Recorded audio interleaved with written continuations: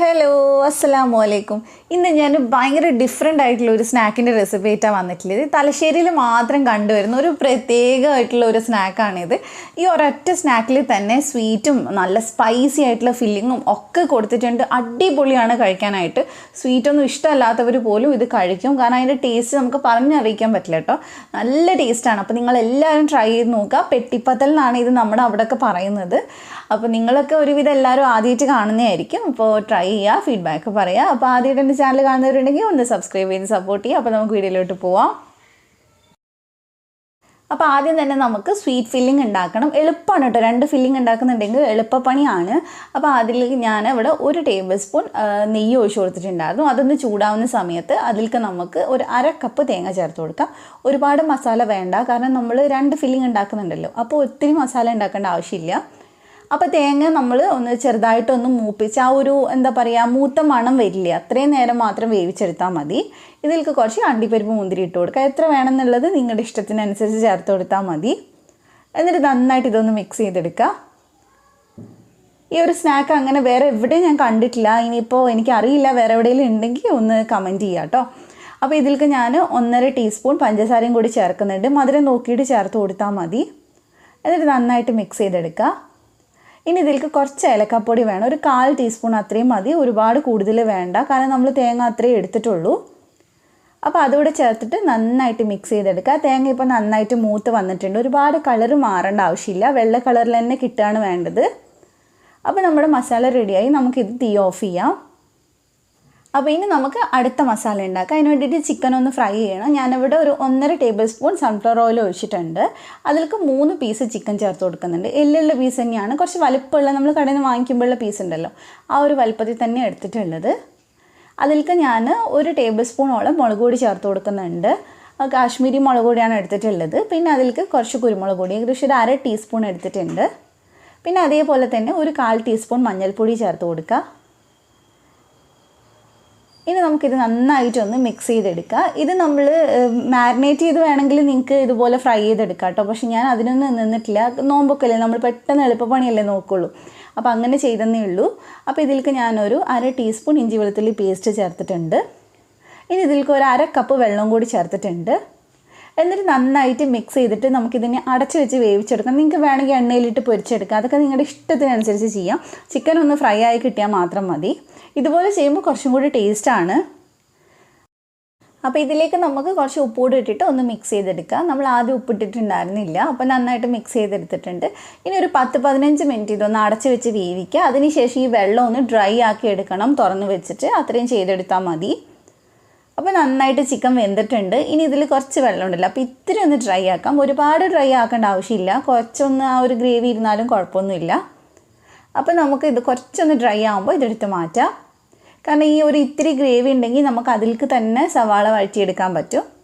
അപ്പോൾ കുറച്ചും കൂടി ടേസ്റ്റ് ആയിരിക്കും കേട്ടോ കഴിക്കുന്ന സമയത്ത്. അപ്പോൾ ഇനി നമുക്ക് ചിക്കൻ എടുത്തങ്ങ് മാറ്റാം. ചിക്കൻ ഇനി എടുത്ത് മാറ്റിയിട്ട് ചൂടാറുന്ന സമയത്ത് കൈ വെച്ചിട്ടൊന്ന് പിച്ചിട്ടാൽ മതി, അല്ലാതെ നമ്മൾ മിക്സിയിലിട്ട് അടിച്ചെടുക്കണം എന്നില്ല. അപ്പോൾ ഇനി ഇതേ പാനിൽ തന്നെ ഞാൻ കുറച്ച് ഓയിലും കൂടി ഒഴിക്കുന്നുണ്ട്. ഏകദേശം 2 ടീസ്പൂൺ ഓയിൽ ഒഴിച്ചിട്ടുണ്ട്. ഇതിലേക്ക് കുറച്ച് കറിവേപ്പില നമുക്ക് ഇട്ട് കൊടുക്കാം. ഇതിൽ തന്നെ നമ്മൾ മസാല ഉണ്ടാക്കിയെടുക്കാൻ പോവാണ് കേട്ടോ. അപ്പോൾ ഞാൻ ഒരു വലുപ്പമുള്ള സവാള ചെറുതായിട്ട് കട്ട് ചെയ്ത് ചേർത്തിട്ടുണ്ട്. ചെറുതൊക്കെയാണ് 2 എണ്ണം ചേർത്ത് കൊടുക്കുക. എന്നിട്ട് നമ്മൾ ഇത് നന്നായിട്ടൊന്ന് വഴറ്റിയെടുക്കുന്നുണ്ട്. അപ്പോൾ നമുക്ക് ആദ്യം തന്നെ ഈ മസാല ഒന്ന് മിക്സ് ചെയ്തെടുക്കാം. ഇതിലേക്ക് നമ്മൾ ഇനി മസാലയൊന്നും അധികം ചേർക്കേണ്ട ആവശ്യമില്ല കേട്ടോ, കാരണം ഓൾറെഡി നല്ല മസാല ഉണ്ട് ഇതിൽ. അപ്പോൾ കുറച്ച് ഉപ്പിട്ടിട്ട് നമുക്ക് പെട്ടെന്ന് ഇതൊന്ന് റെഡിയാക്കി എടുക്കാം. അതുപോലെ തന്നെ ഇതിൽ കുറച്ചും കൂടി എരിവിന് ഞാൻ ഒരു പച്ചമുളക് കൂടി ഇടുന്നുണ്ട്. അത്യാവശ്യം നല്ല സ്പൈസി ആയിട്ടാണ് ഈ മസാല ഉണ്ടാവുക. കാരണം കുറച്ച് ഒരു സൈഡിൽ മധുരവും ഒരു സൈഡിൽ എരിവുമാണ് വരിക. അപ്പോൾ കുറച്ചുകൂടി സ്പൈസി ആയിട്ടുണ്ടെങ്കിലാണ് കുറച്ചുകൂടി ടേസ്റ്റ് ഉണ്ടാവുക. അപ്പോൾ നിങ്ങൾക്ക് അത്ര എരിവ് വേണ്ടെങ്കിൽ നിങ്ങൾ കുറച്ചുള്ളൂ കേട്ടോ, കുഴപ്പമില്ല. അപ്പോൾ നന്നായിട്ട് ഇതൊന്ന് വഴറ്റിയെടുക്കണം. അപ്പോൾ ഇത് നന്നായിട്ട് ഞാൻ വഴറ്റിയെടുത്തിട്ടുണ്ട്. ഇനി ഇതിലേക്ക് നമുക്കൊരു 1/4 ടീസ്പൂൺ അത്രയും മതി ഇഞ്ചി വെളുത്തുള്ളി പേസ്റ്റ് ചേർത്ത് കൊടുത്തിട്ട് ഒന്ന് മിക്സ് ചെയ്തെടുക്കാം. കാരണം നമ്മൾ ചിക്കനിലും ഇഞ്ചി വെളുത്തുള്ളി പേസ്റ്റ് ചേർത്തിട്ടുണ്ട്, അതുകൊണ്ടാണ് ഇച്ചിരി ചേർത്തിട്ടുള്ളത്. ഇനി ഇതിലേക്ക് നമ്മൾ നേരത്തെ പിച്ചെടുത്ത് വെച്ചിട്ടുള്ള ചിക്കൻ ഉണ്ടല്ലോ, അതൊന്ന് ചേർത്ത് കൊടുക്കുക. എന്നിട്ട് നന്നായിട്ടൊന്ന് മിക്സ് ചെയ്തെടുക്കുക. ചിക്കൻ ആണെങ്കിലും നമുക്ക് ഇത്രയൊക്കെ വേണ്ടുള്ളൂ കേട്ടോ, ഒരുപാട് ചിക്കനൊന്നും ആവശ്യമില്ല. കാരണം 2 ഫില്ലിംഗ് ഉണ്ടാക്കുന്നതുകൊണ്ട് നമുക്ക് കുറച്ചേ വേണ്ടുള്ളൂ രണ്ടും.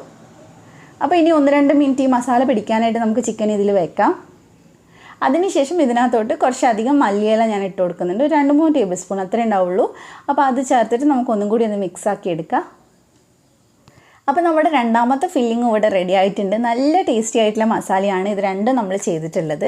മറ്റേ നമ്മൾ തേങ്ങാപ്പണ്ടെന്നാണ് കേട്ടോ പറയുക, തലശ്ശേരി കണ്ണൂർ ഏരിയയിൽ. അപ്പോൾ ഇനി നമുക്കത് മാറ്റി വെച്ചിട്ട് മാവൊന്ന് കുഴച്ചെടുക്കാം. ഞാൻ ഇവിടെ 1.5 കപ്പ് മൈദ എടുക്കുന്നുണ്ട്. 1.5 കപ്പ് എന്ന് പറയുമ്പോൾ ഏകദേശം 1 കപ്പ് 250 ml ആണ് വരുന്നത്. ഈ 1.5 കപ്പ് വെച്ച് നമ്മൾ ചെയ്യുമ്പോൾ ഏകദേശം ഒരു 4 എണ്ണമാണ് നമുക്ക് ഉണ്ടാക്കിയെടുക്കാൻ പറ്റുക. പക്ഷേ ഒരെണ്ണം അത്യാവശ്യം വലുപ്പമുള്ളത് കൊണ്ട് 4 എണ്ണം എന്ന് പറയുമ്പോൾ അത്യാവശ്യം ഉണ്ടാവും കഴിക്കാൻ. അപ്പോൾ അതിലേക്ക് ആവശ്യത്തിന് ഉപ്പും 1 ടേബിൾ സ്പൂണോളം ഓയിലും കൂടി ഒഴിച്ച് കൊടുക്കുക. എന്നിട്ട് നന്നായിട്ട് നമുക്കിതൊന്ന് തിരുമ്മിയെടുക്കാം. നമ്മൾ ഈ മൈദ കുഴയ്ക്കുന്ന സമയത്ത് എണ്ണ ചേർത്ത് കുഴയ്ക്കുകയാണെങ്കിൽ നമ്മൾ ഫ്രൈ ചെയ്യുമ്പോൾ അധികം എണ്ണ കുടിക്കില്ല. ഇത് നമുക്കിതിലേക്ക് കുറച്ചായിട്ട് സാധാ വെള്ളം ഒഴിച്ചിട്ട് ഒന്ന് കുഴച്ചെടുക്കണം. നല്ല സോഫ്റ്റ് ആവുന്നവരെ കുഴച്ചെടുക്കുക. പിന്നെ നമ്മളിത് കുഴച്ചിട്ട് എടുത്ത് വെക്കേണ്ട ആവശ്യമൊന്നുമില്ല കേട്ടോ. നമുക്ക് അപ്പം തന്നെ ഇത് ഉണ്ടാക്കിയെടുക്കാൻ പറ്റും. ശരിക്കും ഇത് നമ്മുടെ നാട്ടിലൊക്കെ എന്തെങ്കിലും പരിപാടി, അതുപോലെ തന്നെ ഈ എന്താ പറയുക, ഈ ഗർഭിണിയായിരിക്കുന്ന സമയത്തുള്ള തക്കാരമൊക്കെ ഉണ്ടാവില്ലേ, അപ്പോൾ അതിനൊക്കെ കൊണ്ടുപോകുന്ന ഒരു സാധനമാണിത്. അപ്പോൾ അങ്ങനെയൊക്കെയാണ് ഇത് കൂടുതൽ കാണാറുള്ളത്. പണ്ടുള്ള ആ ഒരു സൽക്കാര പരിപാടിയിലൊക്കെയാണ് ഇത് കൂടുതലും കാണാറുള്ളത്. അപ്പോൾ ഇത് നന്നായിട്ട് കുഴച്ചെടുത്തിട്ടുണ്ട്. ഇനി നമുക്ക് ഇത് എടുത്ത് വെക്കുകയൊന്നും വേണ്ട, നല്ല സോഫ്റ്റ് ആവണവരെ കുഴച്ചിട്ടുണ്ട്. ഇനി നമുക്കിത് പരത്തിയെടുക്കാം. അപ്പോൾ നമ്മൾ ഇത് ഒരെണ്ണം ഉണ്ടാക്കണമെങ്കിൽ നമുക്ക് 2 എണ്ണം പരത്തിയെടുക്കണം കേട്ടോ, എന്നാലേ നമുക്ക് ഒരു സ്നാക്ക് ഉണ്ടാക്കിയെടുക്കാൻ പറ്റുള്ളൂ. അപ്പോൾ ആദ്യം തന്നെ കുറച്ച് ചെറിയ ഉരുള എടുത്തിട്ട് നമുക്കൊന്ന് പരത്തിയെടുക്കാം. ചെറുതാണ്, ഒത്തിരി ചെറുതല്ല, എന്നാലും ചപ്പാത്തിക്ക് എടുക്കുന്ന അത്രയും വേണ്ട. അപ്പോൾ എടുത്തിട്ട് നമുക്കൊന്ന് പരത്തിയെടുക്കാം. നമ്മൾ 2 എണ്ണം പരത്തുന്നുണ്ട്. ആദ്യത്തേത് ചെറിയൊരു റൗണ്ടായിട്ടും അതുപോലെ തന്നെ രണ്ടാമത്തെ അതിനേക്കാൾ ഇച്ചിരി വലുപ്പം, എന്ന് വെച്ചാൽ ചപ്പാത്തിയുടെ വലുപ്പത്തിനാണ് രണ്ടാമത്തെ പരത്തിയെടുക്കുക. അപ്പോൾ ആദ്യത്തെ നമുക്ക് നന്നായിട്ടൊന്ന് പരത്തിയെടുക്കാം. നല്ല തിന്നാവണ വരെ ഒന്ന് പരത്തിയെടുത്താൽ മതി. ഇത് ഇതുപോലെ മധുരവും അതുപോലെ തന്നെ എരിവും ചെയ്യുന്ന പോലെ തന്നെ എരിവുള്ള 2 ഫില്ലിങ് വെച്ചിട്ട് ഇത് ചെയ്യാറുണ്ട് കേട്ടോ. അപ്പോൾ ഇതാണ് കുറച്ചും കൂടി എല്ലാവരുടെയും ഉണ്ടാക്കി കാണുന്നത്. അപ്പോൾ ഇനി മധുരം ഇഷ്ടമല്ല എന്ന് വിചാരിച്ചിട്ട് ആരും ട്രൈ ചെയ്യാണ്ടിരിക്കണ്ട. കാരണം നമ്മൾ അറിയേയില്ല മധുരമുള്ള ഫില്ലിംഗ് ആണോ എരിവുള്ള ഫില്ലിംഗ് ആണോ എന്ന്. കാരണം രണ്ടിൻ്റെ ഒരു മിക്സ് ആയിട്ടുള്ളൊരു ടേസ്റ്റാണ് വരിക. അപ്പോൾ അത് ഞാൻ പരത്തി എടുത്തിട്ടുണ്ട് കേട്ടോ ഒരെണ്ണം. ഇനി നമുക്ക് അടുത്തത് പരത്തിയെടുക്കാം. അപ്പോൾ അടുത്ത ഉരുള എടുക്കുമ്പോൾ നമ്മൾ ആദ്യം എടുത്തതിനേക്കാൾ ഇത്രയും കൂടെ വലുപ്പത്തിലുള്ളത് എടുക്കുക. എന്നിട്ടൊരു ചപ്പാത്തി വലുപ്പത്തിൽ വേണം നമ്മൾ പരത്തിയെടുക്കാനായിട്ട്. കാരണം നമ്മൾ ആ സ്നാക്ക് മൊത്തമായിട്ടൊന്ന് മൂടി വെക്കാനുള്ളതാണ് ഈ രണ്ടാമത് പരത്തുന്നത്. അപ്പോൾ അത് ഇതും കൂടെ പരത്തിയിട്ടുണ്ട്. അപ്പോൾ ഇനി നമുക്ക് ഫില്ലിങ്സ് വെച്ച് കൊടുക്കാം. അപ്പോൾ നമുക്ക് ഒരു സൈഡിൽ ആദ്യം ചിക്കൻ്റെ മസാല ഉണ്ടല്ലോ അതൊന്ന് വെച്ച് കൊടുക്കുക. ഒരു നീളത്തിലാക്കിയിട്ട് ഒന്ന് വെച്ച് കൊടുത്താൽ മതി. പിന്നെ ഇതിലേക്ക് നമ്മൾ ഒരുപാട് മസാല വെക്കില്ല, കാരണം നമുക്കിത് മടക്കിയെടുക്കാനൊക്കെ അപ്പോൾ ബുദ്ധിമുട്ടാവും. അപ്പോൾ നീളത്തിൽ കുറച്ച് തിന്നായിട്ടൊന്ന് വെച്ച് കൊടുത്താൽ മതി. എന്നിട്ട് നമുക്കിതൊന്ന് മടക്കിയെടുക്കാം. അപ്പോൾ ഇതേ നന്നായിട്ട് ഒട്ടിച്ച് കൊടുക്കുക. എല്ലാ സൈഡും മസാല അധികം പുറത്ത് വരാത്ത രീതിയിൽ ചെയ്യണം. ഇതേപോലെ തന്നെ അപ്പുറത്തെ സൈഡിൽ നമുക്ക് തേങ്ങാപ്പണ്ടം വെച്ച് കൊടുക്കാം. ഇത് ശരിക്കും ചെയ്ത് വരുന്ന സമയത്ത് ഒരു സ്ക്വയറൊക്കെ മാതിരിയാണ് കേട്ടോ ഉണ്ടാവുക. അപ്പോൾ ഞാൻ അങ്ങനെ ചെയ്ത് വലിയ പരിചയമൊന്നുമില്ല, അതുകൊണ്ട് എൻ്റെ അത്ര സ്ക്വയറൊന്നും ആയിട്ടില്ല. കാരണം വീട്ടിലൊക്കെ ചെയ്യുന്ന സമയത്ത് നല്ല ഭംഗി ഉണ്ടാവും ഇത് കാണാനായിട്ട്. നല്ല ഭംഗിയിൽ പിരിച്ചിട്ട് നല്ല രസമുണ്ടാവും കേട്ടോ കാണാൻ. അപ്പോൾ നമ്മളധികം ഉണ്ടാക്കി ശീലമില്ലാത്തതുകൊണ്ട് ആ ഒരു ഭംഗിയൊന്നും എന്തായാലും വരില്ല. അപ്പോൾ ഇത് ഇതേപോലെ തന്നെ മൂന്നാമത്തെ സൈഡിൽ ഞാൻ തേങ്ങാപ്പണ്ടം വെച്ചിട്ടുണ്ട്. അതൊന്ന് ഇതേപോലെ ഒന്ന് മടക്കി കൊടുക്കുക. ഇനി ആ ലാസ്റ്റത്തെ സൈഡിൽ ചിക്കൻ ഫില്ലിംഗ് വെച്ച് കൊടുക്കുക. വീണ്ടും ഒന്ന് മടക്കിയെടുക്കുക. അപ്പോൾ ഇത്രയേ ഉള്ളൂ. ഇനി നടുക്കത്തെ ഭാഗം ഇങ്ങനെ ഇതായിട്ട് കിടക്കുമല്ലോ, അവിടെ നമ്മൾ ഇനി ചെയ്യുന്നത് കുറച്ച് മസാല വെച്ചിട്ട് ഒന്ന് മുട്ട പുഴുങ്ങിയത് വെച്ച് കൊടുക്കും കേട്ടോ. അപ്പോൾ നമുക്ക് അവിടെ ഇത്തിരി ഒന്ന് മസാല വെച്ച് കൊടുക്കുക. അതിൻ്റെ മേലയിൽ നമുക്ക് മുട്ട പുഴുങ്ങിയതിൻ്റെ പകുതി വെച്ച് കൊടുക്കുക. എന്നിട്ട് മേലെയായിട്ട് തേങ്ങാപ്പണ്ടം കുറച്ച് വെച്ച് കൊടുക്കുക. 2 ഫില്ലിങ് നമ്മൾ നടുക്ക് കൊടുക്കുന്നുണ്ട്. ഇനിയാണ് നമ്മൾ നേരത്തെ പരത്തി വെച്ചിട്ടുള്ള ചപ്പാത്തിയുടെ വലുപ്പമുള്ള ആ ഒരു ഇതുണ്ടല്ലോ, അത് ഇതിൻ്റെ മേലെ ഇതുപോലെ വെച്ച് കൊടുക്കുക. എന്നിട്ട് നന്നായിട്ടൊന്ന് കൈ വെച്ച് പ്രസ് ചെയ്ത് കൊടുക്കുക. കാരണം നമ്മളത് തിരിച്ചിടുന്ന സമയത്ത് ഇളകി പോരാണ്ടിരിക്കാൻ വേണ്ടിയിട്ടാണ്. ഇനി ഇതിന് നേരെ ഒന്ന് തിരിച്ചിട്ട് കൊടുക്കുക ഇതുപോലെ. എന്നിട്ട് നമുക്കിതിൻ്റെ സൈഡ് 4ആയിട്ട് കട്ട് ചെയ്തെടുക്കണം. കാരണം നമുക്കിത് പിരിച്ചെടുക്കാനുള്ളതാണ്. അപ്പോൾ അതിന് ആവശ്യത്തിന് നമ്മളിതൊന്ന് കട്ട് ചെയ്തെടുക്കും. അപ്പോൾ നമ്മുടെ സാധാ സ്ക്വയറിനേക്കാൾ ഇത്രയും കൂടെ വലുപ്പത്തിൽ വേണം കട്ട് ചെയ്യാൻ. ദേ ഇതുപോലെ കുറച്ച് ഗ്യാപ്പ് ഇട്ടിട്ട് കട്ട് ചെയ്തെടുക്കുക.